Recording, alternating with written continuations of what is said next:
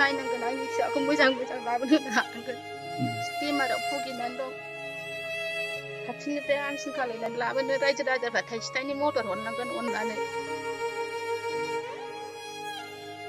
बिरदाव बसुमतारीया गोबाव समनिफ्रायनो गोब्राब बेरामजों नाख्रेबजानानै फाहामथायनि थाखाय गोबां रांनि आंखालजों भुगिनांनानै दं।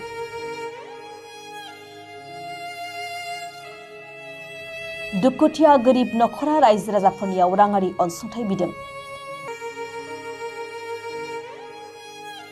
क'क्राझार जिल्ला फुखागाव गामिनि रुंसारि आंसेन बसुमतारी आरो बिमा मुस्लिमा नाबले बसुमतारीनि असे फिसाज्ला मुस्रि बिरदाव बसुमतारीनि देहा सिङाव गोबाव समनिफ्रायनो गानो रोङै गोब्राब बेरामजों भुगिनांनानै दं।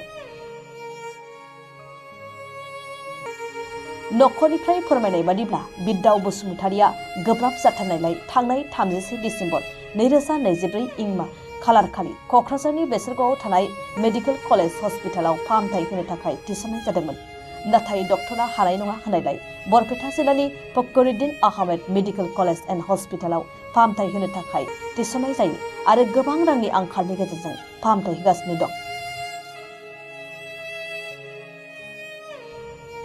नखरा फोरमायनाय बादिब्ला गोबां रांनि आंखालाव बेमारिखौ फाहामथाय होनायाव जेंनाजों भुगिनांबाय। गोग्गो देहायाव लाबोफिननो थाखाय हाथाय बाजारफोराव डनेशन बक्स लानानै अनसुंथाइ खांगासिनो दं होनना फोरमायबावो नखरा। बेनिखायनो दुखुथिया नखरा गासै रायजो राजाफोरखौ थाइसे थाइनै रां अनसुंथाइ हरनानै मदद खालामनो थाखाय खावलायदों आरो आथिखालनि बिटिआर सरकारखौबो बेमारिखौ फाहामथाय होनायाव रां अनसुंथाइ हरनो थाखाय खावलायहरदों। गोसो अनफावरि सुबुंफ्रा गाहायाव होनाय बेमारिनि बिमानि पासबुक एकाउन्ट आरो नखरनिनो सोद्रोमा मुस्रि कमिक बसुमतारीनि QR क'ड एबा UPI ID आव रांखौ सोनानै हरनो हागोन।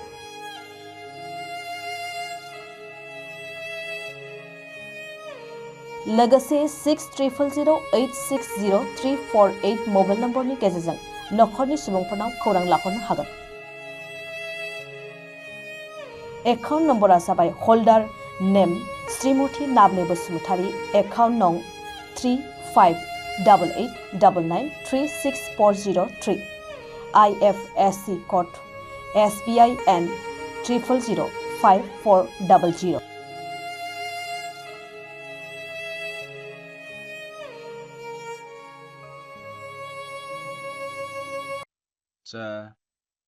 गिबियावनो खुलुमग्रोनाय थाहैबाय। जोंना बिरदाव बसुमतारी बिथाङा दाखालि 31 तारिखआव मोनसे गिदिर बेमारजों भुगिनानै बेसरगाव मेडिकेल कलेजाव दंहैयोमोन। दा बिथाङा सिगांनिफ्रायनो एसे लोमजाबोखानाय हिसाबै मेडिकेल कलेजआ बेसरगावआ फाहामथाय होनो हायैयाव जोंखौ बरपेटा मेडिकेल कलेजसिम रिफार हरनाय जायो आरोखि। आरो दा रिफार हरनानै बिथांखौ आइसि रुमाव बेसेबांबा गोबाव दोनहैनांदों। दा आइसि रुमनिफ्राय दा वार्डआव बहरनाय जाहैबाय। अब्लाबो नाथाय बिथांनि कन्डिसना मोजां नङा। दासिमबो फाहामथाय होनाया सोलिगासिनो दङ आरो गोबाव सम थाबावनांगोन होननानै डाक्टारफोरा बिथोन होदों। दा बिथांनि बेमारानो जाहैबाय नैबे उदै खंख्लायाव मोनसे पेनक्रियास नाय दंनो, बेनो आघात जानानै दङ। दा बेखौनो बिथांमोना नाजाबाबो हायाखै डाक्टार बिथांमोना। दा बेनि थाखाय जोंहा नखरा गोरिबथार हिसाबै जोंहा गोबां रां रुफानि गोनांथि जानायलाय जोङो नैबे प्रेस मिडियायाव बेखौनो होनानै जाहाथे रायजो राजाफ्रा जोंनो बिथांनि फाहामथाय होनायाव गरसे गरनै जाहाथे अनलायलायनानै डनेसन हरलायलायो, बेखौ जोङो रायजो राजाफोरनि गुरैयै खावलायनाय जाहैबाय। जेसेबां हायो जों सरकारनिसिमबो सरकारखौबो जों खावलायहरगोन जाहाथे बिथांनि फाहामथाय होनायाव जाहाथे माबा मोनसे सुबिदा हरो, बेखौ जोङो सरकारनिसिमबो खावलायनो लुबैयो आरोखि। रायजो राजानियाव जोङो डनेसनखौ एसे खांनायखौनो लाबाय, खांबायबो आरोखि। खांगासिनो दङ।